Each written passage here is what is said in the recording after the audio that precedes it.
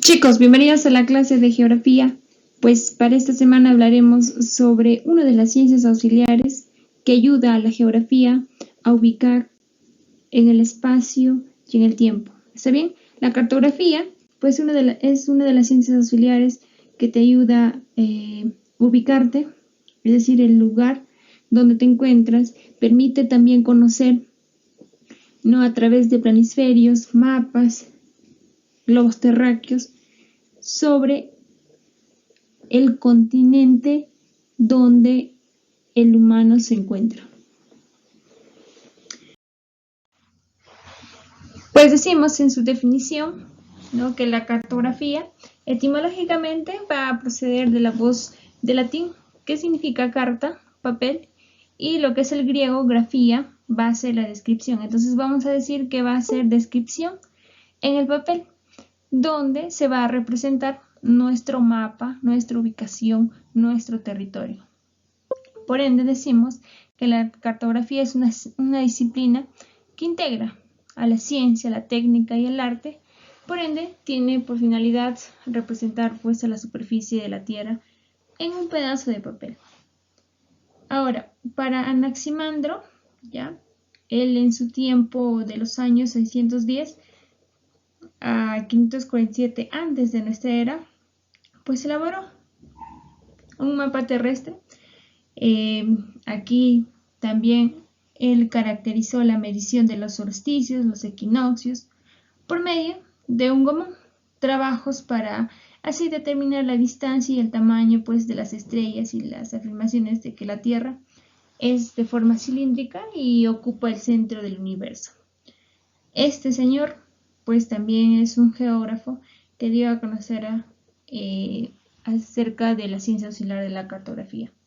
Pues esta ciencia auxiliar de la cartografía también tiene sus propias ciencias auxiliares que le van a ayudar a describir. Tenemos a la matemática, la geodesia y la topografía. Pues en la matemática nos va a servir para resolver el problema del tamaño. Para eso crea el instrumento denominado escalas. Siguiente ciencia auxiliar está la geodesia. Pues en la geodesia va a resolver, o esto sirve para ubicar y dar así el uso de las proyecciones. En cambio, la topografía nos va a servir para resolver el problema del relieve, es decir, la tridimensión. Para eso se utiliza el teodolito, es decir, las longitudes, ¿no?, la altitud, lo largo, lo ancho. Entonces, todas estas características nos va a dar la topografía.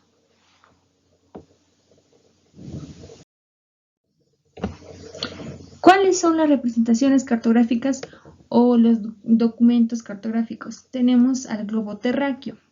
Pues en el globo terráqueo va a ser la única representación esférica de toda la superficie de la Tierra, pues estas se elaboran a escalas muy pequeñas, ¿ya? Son bidimensionales, es decir, solamente se mide lo largo y lo ancho, ¿ya? ¿Qué más? Son genéricos, contienen poca información, es decir, nos da a conocer todo nuestro continente, los continentes que existen, pero de forma general. La información es, en este caso, muy poca. ¿Qué más? Representa, pues, la división política de la Tierra, con colores y algunos símbolos que nos va a nosotros a identificar. No se puede ver ambos hemisferios al mismo tiempo, por ende tienes que rotar, por algo es el globo terráqueo, ¿ya? Y entonces vamos a comparar con el mapa. El mapa, en cambio, van a ser aquellas representaciones totalitarias, es decir, aquí se puede dividir en planisferios o también el mapa mundi. Pues, parcialidad a ello, las superficies extensas, por ejemplo, tenemos continentes, países, departamentos. Aquí, el dar a conocer a través de mapa va a ser la información de forma más explícita, ¿no? Como te iba mencionando, en continentes, océanos, mares, países, regiones, entonces es mucho más explícito. Ok, entonces vamos a decir que también esto va a estar elaborado, ¿ya?, a escalas pequeñas. Por ejemplo, tenemos el mapa oficial del Perú, ¿no?, que tiene una escala pequeña. Son igual bidimensionales, tiene esta característica del largo y lo ancho, la medición. Son genéricos, pues contienen la información un poco más explícita. ¿Está bien? Ahora, ¿qué más podemos observar de los mapas?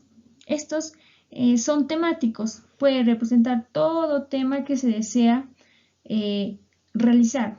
Para representar se utilizan los colores y símbolos donde justamente proyecta las leyendas. Algo importante, que en el año de 1859, Mariano Paz Soldán diseñó el primer mapa del Perú, estando como presidente en este caso Ramón Castilla.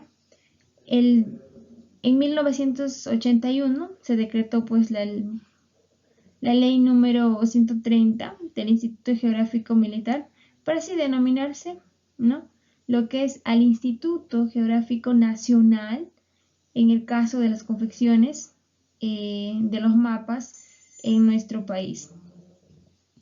¿Cuáles son las clases de mapas que vamos a reconocer? Tenemos a los mapas políticos, es decir, la división interna que se va a dar en el Estado, ¿ya?, a través de departamentos, provincias. Mapas demográficos, se va a entender por las características de la población. Tenemos también a los ictiológicos, que se va a hablar de la distribución de peces. Los mapas viales, para dar a conocer las vías de comunicación. Tenemos mapas climáticos, ¿no?, que obviamente nos va a dar a conocer las zonas climáticas según la región. Mapas hidrográficos, orográficos, étnicos, entre muchos mapas, características que nos van a dar la información. Siguiente tenemos las cartas. Pues las cartas van a ser aquellas representaciones de áreas medianas de la superficie. Pues estas van a utilizar escalas medianas, ¿ya? Esto va a ser un poquito más grande. La Carta Nacional del Perú, por ejemplo, está siendo elaborado a una escala numérica mucho más elevada. Entre esto, por eso hace mención que el Perú tiene 24 cartas nacionales, uno por cada departamento, y estas son tridimensionales. Aquí se da la característica de lo largo, la medición del ancho y del alto. Ahora, representan abundante información. Aquí es mucho más explícito, pero aquí se da a conocer la deformación, ¿no?, regular. Representan solamente los sistemas orográficos e hidrográficos. Se construyen con curvas y costas de nivel, y estas pues se realizan en base de fotografías satelitales. Y por último, esto sirve para trabajar directamente, mayormente en los relieves, como usted puede observar aquí en la imagen. Pues los planos son aquellas representaciones de pequeña área, ¿ya?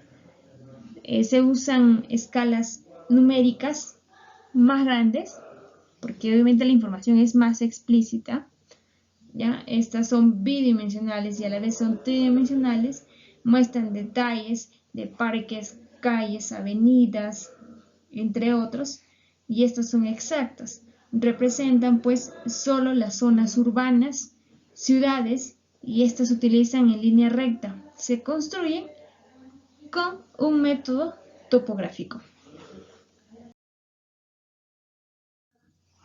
Los elementos de la cartografía, pues cualquier mapa aparece con una serie de elementos y estos ayudan a nosotros a comprender, a ubicarnos. Dichos elementos son los siguientes. Tenemos orientación o rumbo, ¿ya?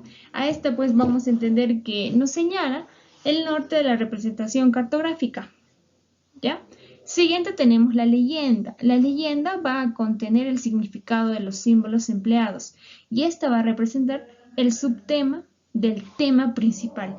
Puede ser las características a través de los colores, ¿no? Usted puede observar ahí en la imagen. Y eso nos ayuda a nosotros ubicarnos, ya sea países, capitales, ¿no? Provincias, ¿no? Departamentos, provincias, distritos, entre otras características. Ahora, ¿cuáles son las proyecciones? Va a ser la red conformada pues, por los meridianos y los paralelos sobre los cuales se trazan los globos terráqueos, mapas y cartas. Entre estas tenemos las proyecciones cilíndricas o el Mercator. Esto va a representar mejor la zona de baja latitud y deficientemente del resto. Se utiliza para así elaborar el mapa del Perú, por ejemplo, hemisferio norte y hemisferio sur.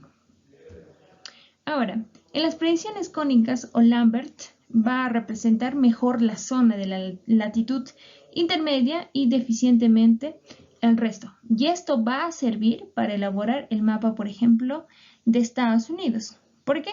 Porque Estados Unidos se ubica en la parte norte.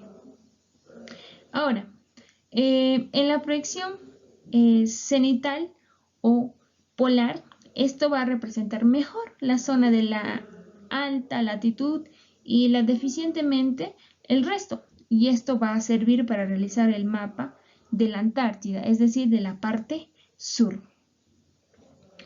Ahora, por ejemplo, esto de las proyecciones polares va a medir el hemisferio norte y el hemisferio sur.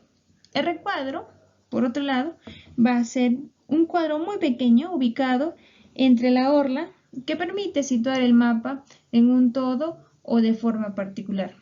Pues decimos entonces que el recuadro va a ser ubicado dentro de esta característica de la orla que en la siguiente diapositiva indicaremos los elementos. ¿Está bien? En cambio la orla ya va a ser el marco del mapa conformado pues por dos líneas donde se hallan los grados de los paralelos y los meridianos, las latitudes que se ubican a la derecha e izquierda y las longitudes en la parte superior e inferior. La rotulación, por otro lado, va a ser la inscripción de los lugares que se hallan en la representación cartográfica. Y por último, tenemos la escala. La escala pues va a ser la equivalencia matemática entre las dimensiones reales de la superficie y las dimensiones que se representan en un documento cartográfico. Pues aquí, como te hago mención, están las características de los elementos del mapa, ¿no? Como te decía, la orla va a ser todo el entorno o el marco, ¿no? De un mapa y el recuadro va a estar dentro de este cuadro pequeño, ¿ya? Recordemos siempre que las latitudes van a medir lo que es la parte norte-sur, las longitudes del oeste al lado este. Esta última parte, por favor, te estoy pidiendo elaborar un mapa político del departamento de Junín, empleando todos los elementos. Recuerda siempre esto, me olvidaba mencionarles, un mapa siempre va a tener título. En este caso, ustedes van a elaborar mapa político de Junín. Eso sería el título real de su trabajo.